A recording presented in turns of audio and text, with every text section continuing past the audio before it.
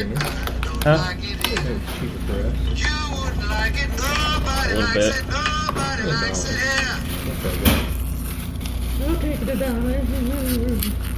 So, anything new, Heath, to talk about that you've seen? What I've seen. So, what was that video that you sent? I didn't get a chance to watch it about the, I guess, the union thing. Oh, okay. So the National Labor Relations Board has just made a ruling where, okay, so you know the whole process of Unionized. unionization is that What's up, bro? the employees go to the employer and state that they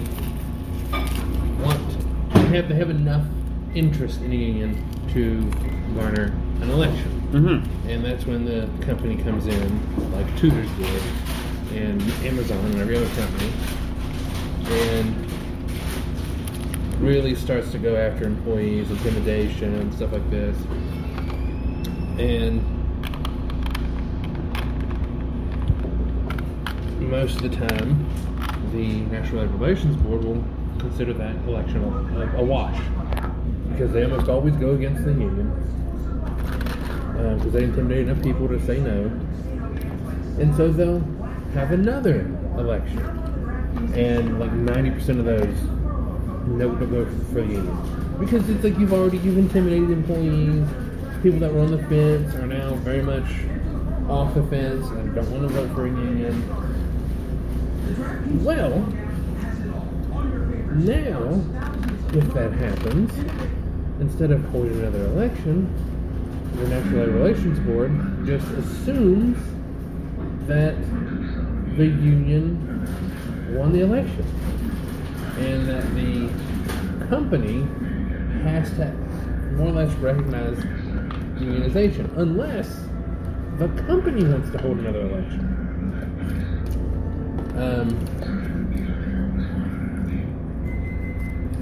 So you're going to have a lot of. I think it puts the onus on the companies to actually hold another election or not. And so it makes it a lot easier to unionize places. Yeah, because most companies bank on this whole thing of like, well, even if we intimidate the fuck out of everybody in the neighborhood, the relations board says that we acted improperly, they'll just do another election and we'll win. No, they don't do another election. They just assume that the union would have won, and you have to recognize the union, unless you as the company admit to your wrongdoing and go, well, we fucked up. We think we should need another election. It's not going to happen. So, like with Tutors, Tutors will probably be unionized if they happen now, because all that intimidation and stuff like that, the National Relations Board would just went, you acted improperly in the first election. Therefore, you will now recognize that UFCW is the bargaining union representation for these people. Mm-hmm. You want another election? Sure. Admit that you acted improperly, and we'll have another one. So, this is a good thing. Really? Yeah. What with John Ritter and all them people, all them sitcom people in there? Now with like John Boy big Walton, places like Amazon, didn't he? Yeah. it's not going to be as monumental because Amazon is Amazon. They got the money to fight and appeal this, that, and the other. But like smaller places like Tutors, or if we want to try to unionize Free Fair or something, they don't have the resources to fight that. They're just going to go, Pretty freaky. fine. Oh So, yeah, you can stand there. Sam needs to get on, organize them now.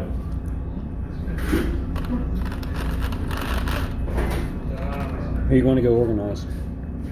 Let's go organize Nintendo. Everybody. That's a book you got to keep rereading every like 10 years. Let's organize. Let's go organize Nintendo. You know, a lot of this stuff is like fun. It does age. It's a touch ambitious. Well, some of the concepts are dated, but That's by John Bowser. they bought probably new readers and young readers and stuff. That's part of one of my favorite parts. This spooky silence has been brought to you by Knights of Nerdalot. Probably talking this little big ass book. Then the I like the not for the. Yes, that's the thing, like, right now- Plot, but for the. you'd be stupid not to How many unionize. characters? All the townspeople. Hard to. I like the story about the town. But this makes it easier. It's like I got to know this when I finished the book. This is a very good thing. Dr. Sleep. Oh, the true knowledge. This is the time to Have you noticed unionize. that every time a character got one of the evil characters got killed off, it's like they introduced, he just ran through randomly more evil characters sprung up. Diesel, And like local places and this stuff, one you gets know. killed. There's 3 more. I mean, yeah. St. Mary's is unionized. I mean, are these The other hospitals the unionized. Dome is like that, and And St. Mary's didn't unionize because of the bullshit of they had to do a second election and they lost. Diesel thing. It's a collection of townspeople, and there's like stories behind all of them. And that's about, man, that's It what would he's be. talking about the journey. Everybody's all mad about how the stand and gunslinger turned out. I lost track. I had something there, but I lost it. For me, it's about the townspeople. Yeah, I mean, that's the cool part about it. But this, UFCW needs to I mean, try to unionize Walmart, Target. Tom got I think it'd be the perfect time. 50 people in there. Like having 2 pages for 50 people for program. And then Walmart tries to kick you out. I keep thinking it's the neighbors or something, you know what I'm saying? You right by So the this is neighbors. official law You that know, got he's passed, got a or point. Probably he's got It's a that ruling one by the on National there. Labor Relations Board. Picking his neighbors out, picking characters. They're the ones who That's what I keep thinking. have to- This yeah, is they about deal with Maine. He probably doesn't unionization have and a Maine everything. anyway. So he just right about half the Maine people in there. Collection. Wait for him to do his multiverse. Look on the multiverse. Right. this is good food today. The Dark Tower multiverse. I think John Mazzolla's cooking over just about anybody's actually. That's back there right now.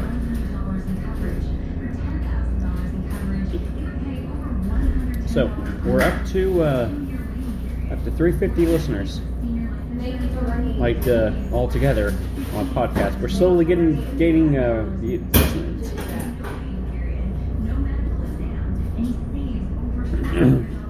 How much do we have for 15 minutes of him? That's probably the most popular. We should get like 5 downloads or something out of it.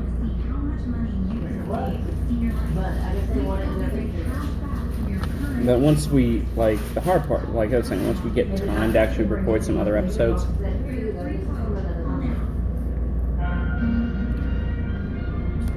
so what about your, so you guys still haven't recorded anything, have you? Nope. Tentatively this Monday. Well, I work 5 a.m. Monday. If he doesn't, let me know.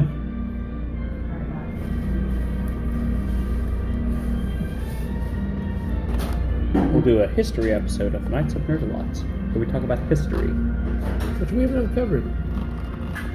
Well, Jeff don't like history. No, not particularly.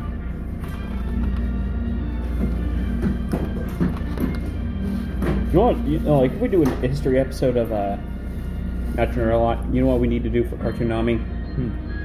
Like Liberty Kids or like Hysteria? Hysteria, like Time Squad, stuff like that.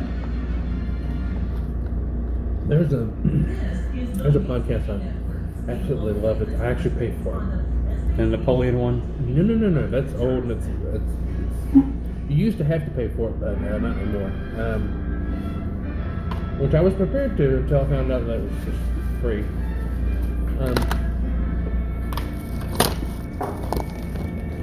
The pay before you get access to bonus episodes and new episodes before anybody else. We're not popular enough for that yet. No.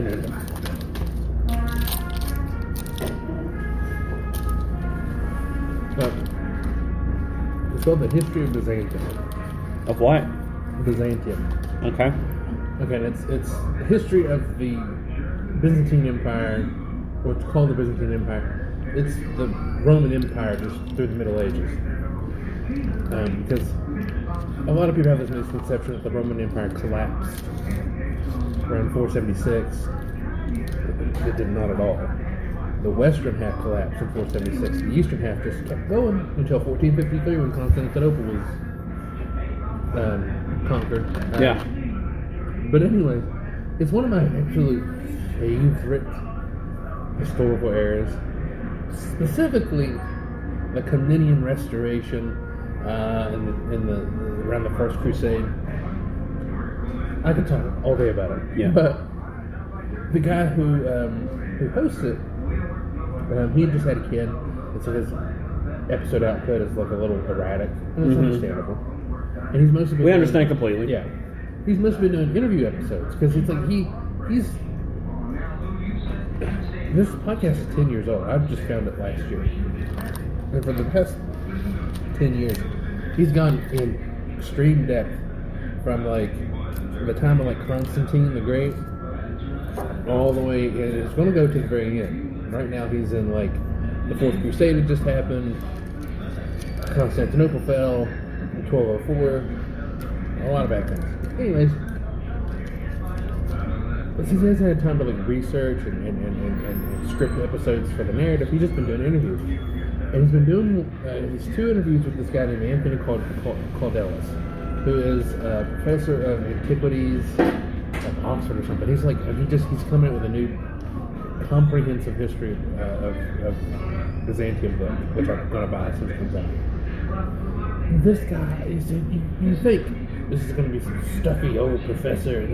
He's like our age, and he's so much fun to listen to. Because he had him on a few weeks ago to bring his 10 best emperors of the empire. And it's really funny. But the other day, he had come back and he did the 10 worst emperors. And that one was so good, it was so funny. And it probably is only funny if you're really into this history. If you're not, you're just like, why is this funny? I don't get it. But there was one point where he's talking about who he thinks is the worst. He was an emperor towards the end there in the 1300s. And he's talking about him, he's just getting so frustrated. And he's just like, he's like, can I use profanity on the podcast? And the host goes, well, yeah, sure. And I'm thinking he's just going to say this guy's an asshole. And he goes, this motherfucker drove me insane. I'm just like, a professor? How could you? But it's such a niche thing. But that podcast is so good. And I may be a bit biased, but I think even if you didn't even care about Byzantine history, you would find this a very entertaining, informative podcast. Yeah. You should look it up. How much do you pay for it? I pay $6. Well, you can just listen to all of it, except for the bonus episodes, which we'll talk about. Like, one of the last bonus episodes we did is the Byzantines were very involved in the First Crusade. The what? The Byzantines, the medieval Romans. Yeah. They were very involved in the First Crusade up until about Antioch. And then their support kind of fell off from that. And so the next normal episode, he goes back to Constantinople and he's talking about the political ramifications. Yeah. The bonus episode, he goes ahead and covers the rest of the First Crusade. The episodes are still good. I need the bonus episodes. So it's like, you get 90% of stuff just on Apple. But if you want that little extra, pay $6 on Patreon. I was saying, to be fair, I pay like $3 for all of Kevin Smith's stuff, so. But that's looks like that's the end of my break. So, Heath, you enjoy the rest of your lunch. So let's do a little something different here. We're going to test out the new ending. So. Thank you for listening to this podcast by The Real Caudle Productions. We hope you enjoyed it as much as we did making it. Reach out to us on our Facebook page at facebook.com/TheRealCaudleProductions or at our email at kaijureviewforyou@gmail.com.